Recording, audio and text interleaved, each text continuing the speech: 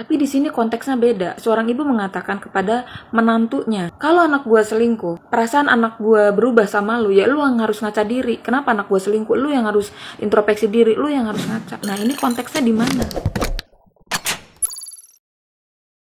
Hola netizen yang berbudi pekerti luhur. Ibu Virgon Eva Manurung tengah berkonflik dengan sang menantu Inara Rusli. Hubungan keduanya menjadi panas usai terkuaknya kasus perselingkuhan Virgon oleh istrinya sendiri. Eva Manurung tampaknya menolak untuk diam saja dan mulai terang-terangan menyerang Inara Rusli. Seperti halnya baru-baru ini Eva Manurung menyampaikan sosok Inara Rusli di matanya hingga menyinggung soal uang. Konon katanya Inara Rusli mendapatkan nafkah 70 juta dari Virgon dan Eva Manurung menuding menantunya itu serakah. Tidak hanya itu, Eva Manurung mengungkit mengenai uang yang diterimanya sebagai ibu dari Virgon dan menantu dari Inara Rusli, termasuk saat dirinya harus merayakan Natal. Ucapan Eva Manurung yang membawa persoalan agama itu langsung menuai beragam reaksi serta kritik dari netizen yang tercinta. Nah, gimana nih menurut netizen yang berbakti? Silahkan berkomentar ya.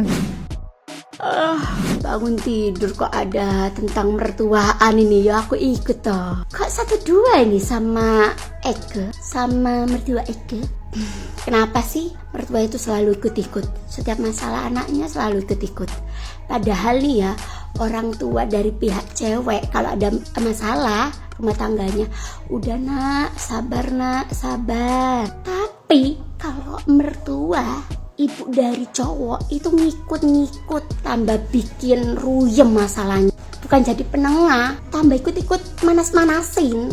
Dikasih nggak pernah bersyukur. Padahal kita istri itu kadang dikasih pas-pasan loh sama suami. Disuruh ngirit kayak gimana lagi. Di mata orang tua, anaknya tetap akan benar walaupun selingkuh. Walaupun macam-macam di belakang, nggak jujur, tetap aja yang dibela anaknya kan. Nggak ada tuh namanya ngebela menantu. Belum pernah ada sejarahnya mertua ngebela menantu.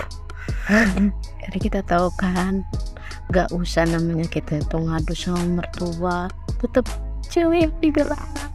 Sampai Danau Toba menjadi kolam berenang pun nggak akan namanya tercapai. Ingat kan, jadi dibahas soalnya kayak gitu. Sejelek apapun anaknya, gak benar apapun anaknya, mertua ibu akan ngebela anaknya sampai mampus juga. Belajar dari pengalaman saja sih, nyatanya rata-rata begitu. Mungkin bukan saya doang atau Mbak Inara doang, kayaknya semua hampir rata-rata seperti itu. Tidak ada namanya membela menantu, walaupun menantu tuh benar 1000% di belakang tetap aja ngobrolin kan.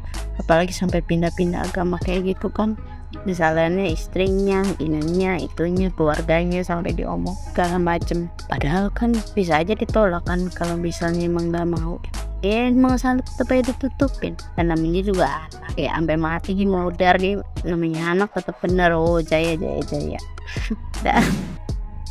Hai, sebelumnya aku Clara, aku orang Batak, asli ibu dan bapak orang Batak. Aku Borsitorus, lahir dari rahimnya ibu Boru Tauruk.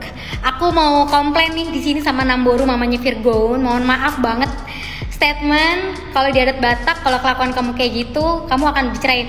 No, nggak ada sama sekali itu. Itu sama sekali tidak benar. Jadi tolong Namboru jangan fitnah suku Batak.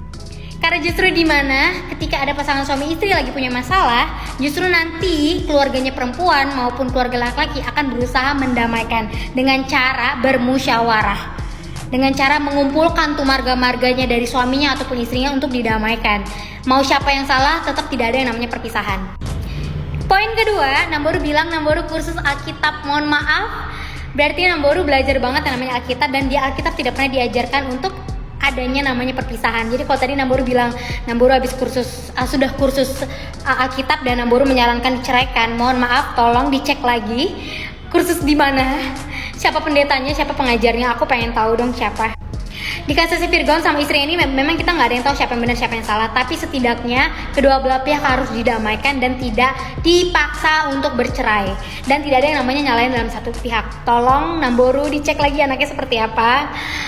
Jangan nyalain anaknya orang, kita cek dulu deh anak kita sendiri seperti apa. Pasti kan Namburu yang lahirin dari rahimnya Namburu, pasti Namburu tahu banget sifatnya dia seperti apa. Jadi tolong dicek lagi anaknya. Jadi kita jangan nyalain anaknya orang.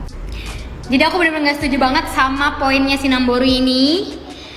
Tentang statementnya dia, sangat-sangat gak setuju. Ini aku perbaikin ya, orang Batak gak pernah ada ajarannya kalau pasangan kita gak jelas, ceraiin aja, gak ada seperti itu ya. Sekali lagi nih, aku emosi banget nih. Yang kedua gini deh, gimana buah, begitulah pohonnya.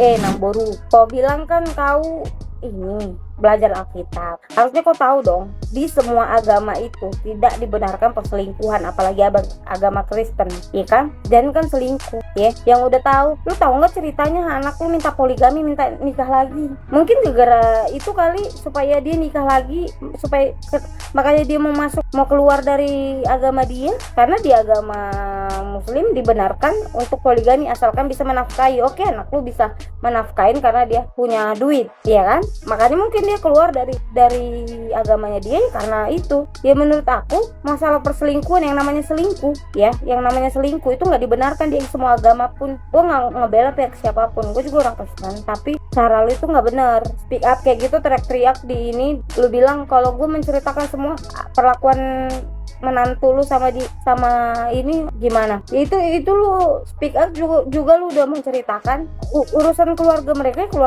ngapain lu ikut campur gitu. Sedangkan yang disakitin aja pihak perempuan nggak ada speak up, itu orang tuanya. Ya kalau misalnya istrinya yang speak up di media sosial, wajar lah orang dia yang disakitin ya. Jadi untuk perselingkuhan itu anakku nggak bersyukur, bukan mengenai agama ya.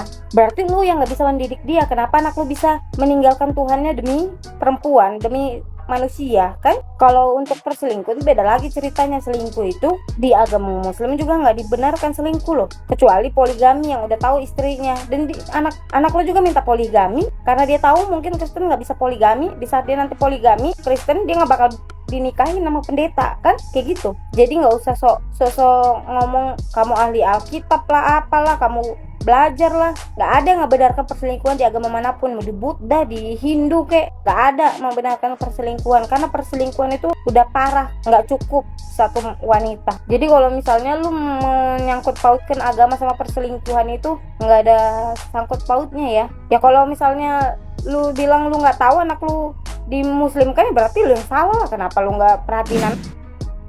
Yang gua tahu memang seorang anak laki-laki itu milik orang tua seumur hidupnya, beda sama anak perempuan. Kalau anak perempuan itu kalau udah nikah ya milik suaminya, tapi beda sama anak laki-laki. Anak laki-laki akan milik orang tuanya seumur hidupnya. Makanya kalau ayahnya meninggal misalnya, anak laki-laki ini akan jadi tulang punggung keluarga untuk ibunya dan adik-adiknya kalau seandainya dia punya adik. Seorang suami nggak wajib izin kepada istrinya kalau dia ingin memberikan apapun kepada ibunya atau adik-adiknya. Misalnya memberikan fasilitas mewah, dia nggak wajib izin nih ke istrinya selama istrinya ini juga terpenuhi kebutuhannya. Jadi nggak perlu diperdebatkan. Tapi di sini konteksnya beda. Seorang ibu mengatakan kepada menantunya, kalau anak gua selingkuh, perasaan anak gue berubah sama lu, ya lu yang harus ngaca diri. Kenapa anak gue selingkuh? Lu yang harus introspeksi diri, lu yang harus ngaca. Nah ini konteksnya di mana? Di mana ajaran yang membenarkan sebuah perselingkuhan? Ya meskipun yang salah misalnya istrinya, katakanlah itu. Tapi yang apapun masalah dalam rumah tangga, siapa yang salah, siapa yang benar. Perselingkuhan itu nggak dibenarkan apapun alasannya. Tapi di sini beda. Seolah-olah apa yang disampaikan ibu ini, laki-laki atau suami yang berselingkuh, yang harus ngaca diri itu istrinya. Nah, ini kayak seolah-olah suami gue yang selingkuh, suami gue yang doyan jajan, kok jadi gue yang disalahin? Kok jadi gue yang harus ngaca?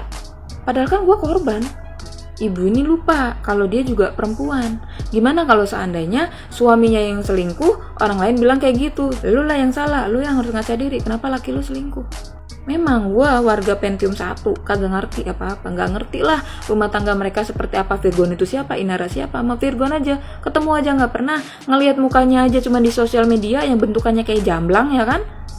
Nah tapi dengan kasus begini, seolah-olah ibu ini tuh menggiring opini bahwa perselingkuhan yang dilakukan seorang suami itu benar gitu, yang salah itu istri. Nah ini konteksnya gimana?